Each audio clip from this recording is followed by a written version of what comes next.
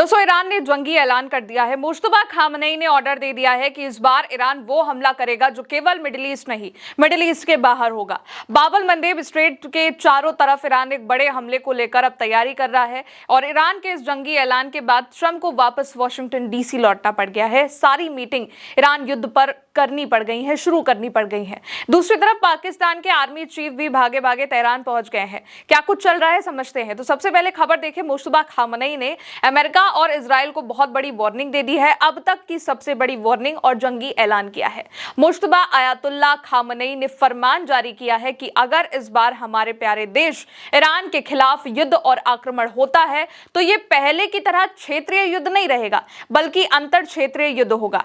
इस हम युद्ध के जानकारों को यह सिद्ध करवा देंगे कि ईरान और ईरानी कभी भी झुकने वालों में से नहीं है, आत्मसमर्पण नहीं करेंगे। हमारा इतिहास और सभ्यता यही गवाही देते हैं। इस फरमान का मतलब यह है कि इस बार अमेरिका अगर किसी युद्ध की शुरुआत करता है तो हम ऐसी बमबारी और गोलीबारी करेंगे कि मिडिल ईस्ट के बाकी देशों के अलावा मिडिल ईस्ट के परे भी दुनिया इसकी जद में आ सकती है। इसी के अलावा ईरान के गालिबाफ के करीबी सूत्र का कहना है कि IRGC द्वारा घोषित ईरान के तीसरे संघर्ष योजना के तहत बाब अल मंडेब स्ट्रेट को गोलीबारी द्वारा बंद कर दिया जाएगा और स्ट्रेट ऑफ हॉर्मुज के नीचे बने 7 पनडुब्बी इंटरनेट केबलों को भी निष्क्रिय कर दिया जाएगा। ये सब आगामी अमेरिकी हमलों के तत्काल जवाब में किया जाएगा, जिन्हें ईरान ने इसे हफ्ते वाले अपरिहार्य बताया है। सूत्र ने आगे कहा है कि ईरान अगली पीढ़ी की मिसाइलों और ड्रोन से भी जवाबी कार्रवाई करेगा, जो खाड़ी ऊर्जा अवसंरचना पर हर रोज सैकड़ों मिसाइलें दागेंगे। उनका यह भी कहना है कि अमेरिका और इजराइल रूसी रूलेट खेल रहे हैं, जिसका परिणाम वैश्विक अर्थव्यवस्था का पतन और अभूतपूर्व गैस की कीमतें होंगी। ये ईरान की तरफ से एक बहुत बड़ी धमकी है और ईरान की IRGC यानी कि इस्लामिक रेवोल्यूशनरी गार्ड कॉर्प्स द्वारा घोषित एक नई रणनीति है कि वो बाब अल मंडेब स्ट्रेट को भी गोलीबारी करके बंद कर देंगे। ये लाल सागर को हिंद महासागर से जोड़ने वाला एक बहुत जरूरी रास्ता है दोस्तों। दुनिया का यहाँ से बहुत सारा तेल, गैस, माल गुजरता है, खासकर यूरोप और एशिया के जरिए उनके लिए। और इसे बंद करने का मतलब है कि वैश्विक शिपिंग और तेल की सप्लाई पूरी तरीके से ठप होगी, जिससे तेल की कीमतें आसमान छू सकती हैं। और फिर स्ट्रेट ऑफ हॉर्मुज पहले से ही दुनिया का जो सबसे जरूरी ऊर्जा चेक पॉइंट है, वो अब ईरान बंद तो कर ही चुका है, लेकिन अब ईरान इसे डिजिटल चौक पॉइंट भी बना रहा है। इसलिए क्योंकि इन केबलों से global internet traffic, banking, financial transaction हर दिन $10 ट्रिलियन से भी ज्यादा और डेटा गुजरता है और इन्हें काटने, इन्हें खत्म करने, इन्हें बंद करने का मतलब है कि दुनिया भर में इंटरनेट ब्लैकआउट, खासकर गल्फ देशों, यूरोप और एशिया में बड़ा संकट। तो ईरान इस पर भी अब विचार कर रहा है कि वो ऐसा भी हमला करेगा।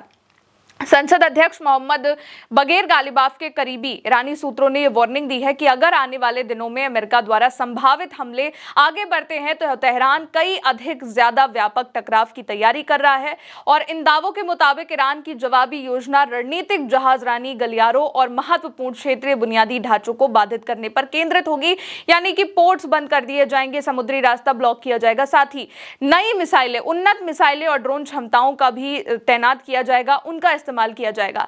अधिकारियों ने चेतावनी दी है कि इसके परिणाम स्वरूप वैश्विक ऊर्जा और वित्तीय बाजारों में अफरा तफरी मच सकती है। असल में दोस्तों, ईरान अमेरिका की बातचीत किसी नतीजे पर नहीं पहुंच पा रही है। ईरान जिस तरीके की तैयारी कर रहा है उसके बाद दुनिया नहीं चाहती है कि ट्रंप हमला कर दे, और इसलिए जो संयुक्त अरब अमीरात है, UAE, उसने भी और सऊदी अरब ने और कतर ने साथ मिलकर ट्रंप से इस बारे में गुजारिश करी है कि ईरान के साथ कोई भी ऐसा युद्ध ना छेड़े, ईरान के खिलाफ कोई मिलिट्री ऑपरेशन करने के बजाय आप कूटनीति का मौका अपनाए, बातचीत करें। खाड़ी देशों को इस बात का डर है कि नए सिरे से अगर ये युद्ध शुरू हो जाता है तो ये क्षेत्र को अस्थिर कर देगा और उनकी अर्थव्यवस्थाओं को बहुत ज्यादा नुकसान पहुंचाएगा। हालांकि UAE, सऊदी अरब और कतर इस बात पर असहमत है कि अमेरिका को ईरान के प्रति कितना सख्त रुख अपनाना चाहिए, लेकिन वो सभी एक और युद्ध से बचना भी चाह रहे हैं। और फिर पाकिस्तान के फील्ड मार्शल जो है आसिम मुनीर भी, वो भी ईरान को मनाने के लिए तेहरान आ चुके हैं।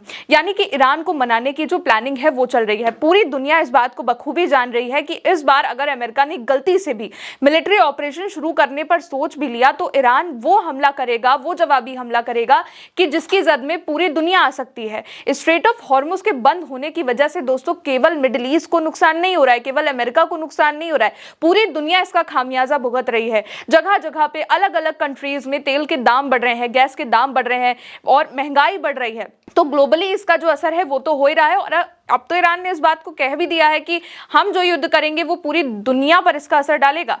फिलहाल सूत्रों का यह भी कहना है कि ईरान और अमेरिका के बीच समझौता कराने के लिए अपनी आखिरी कोशिश करने के लिए आसिम मुनीर जो है वो अब तेहरान पहुंच गए हैं। तेहरान पहुंचते ही आसिम मुनीर अब्बास अराक्ची से मिल रहे हैं, तेहरान के लीडर से मिल रहे हैं और लगातार ईरान के हर एक बंदे से बात करना चाह रहे हैं, हर सेना के चीफ से बात करना चाह रहे हैं, जिससे वो ईरान को इस बात के लिए कन्विंस कर सके कि थोड़े वक्त के लिए इस बात को रोक दिया जाए, इस हमले को रोक दिया जाए, अमेरिका से बातचीत को आगे बढ़ा दिया जाए। क्योंकि पाकिस्तान भी इस बात को समझ रहा है कि इस बार अगर युद्ध होता है तो वो बहुत ज्यादा खतरनाक होगा।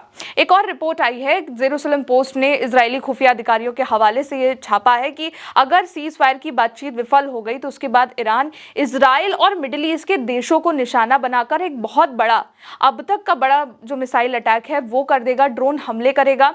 और रिपोर्ट में यह भी कहा गया है कि परमाणु वार्ता के ठप होने और स्ट्रेट ऑफ हॉर्मुज के जुड़े विवादों को लेकर बढ़ते तनाव के मद्देनजर इजरायली अधिकारी ईरान के खिलाफ तत्काल कार्रवाई करने का आग्रह कर रहे हैं। यानी कि इन सब के बाद इजराइल भी अमेरिका को कन्विंस करने में लगा हुआ है कि ईरान पर हमला कर दो। लेकिन यही रिपोर्ट ये भी इस बात को कह रही है कि अगर फिर से युद्ध भी शुरू हुआ या फिर से बातचीत खत्म हो जाती है तो ईरान सबसे पहले जो अटैक करेगा वो इजराइल पर करेगा और मिडिल ईस्ट के देशों पर करेगा।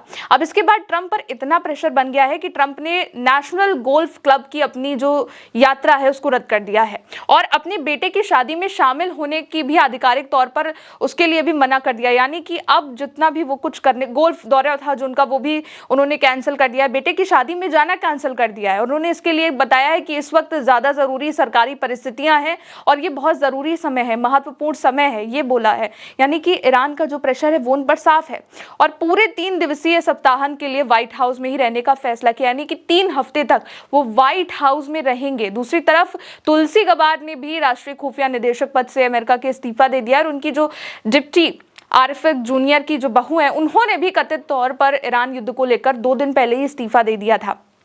अब कहा जो जा रहा है वो ये है कि तनाव ज्यादा है, इसलिए ये सारी चीजें हो रही हैं। और एक और आखिरी रिपोर्ट सीबीएस न्यूज के मुताबिक ये है कि ट्रंप जब वॉशिंगटन डीसी लौट चुके हैं, ट्रंप जब व्हाइट हाउस में 3 हफ्ते के लिए रुकने वाले हैं, ट्रंप जब अपने बेटे की शादी में जाना कैंसिल कर रहे हैं, अपने सारे प्लान्स को कैंसिल कर रहे हैं ईरान पे बातचीत के लिए, तो वो अब खबर ये भी है कि ट्रंप ईरान पर अमेरिका के मिलिट्री ऑपरेशन के एक नए दौर की तैयारी कर रहे हैं। सीबीएस की रिपोर्ट के मुताबिक ट्रंप और अमेरिका की सेना और खुफिया जितनी भी जानकारी है, एजेंसी है, उन्होंने संभावित हमलों की आशंका में मेमोरियल डे वीकेंड पे अपने कार्यक्रम को रद्द कर दिया है और अब सब कुछ जो प्लानिंग चल रही है वो चल रही है मिलिट्री ऑपरेशन को लेकर कि किस तरीके से अब हमको अपना मिलिट्री ऑपरेशन करना है, कैसे हम पॉइंट टू पॉइंट इस चीज को करेंगे, कैसे हमें हमला करना है, क्या कुछ हमारी प्लानिंग होगी, कैसे इसको शुरू किया जाएगा, ईरान को बातचीत के लिए कैसे मनाया जाएगा। तो ये तमाम चीजें अब शुरू हो चुकी हैं, यानी कि युद्ध अब तीसरे नए मोर्चे पर जाकर खड़ा हो गया है।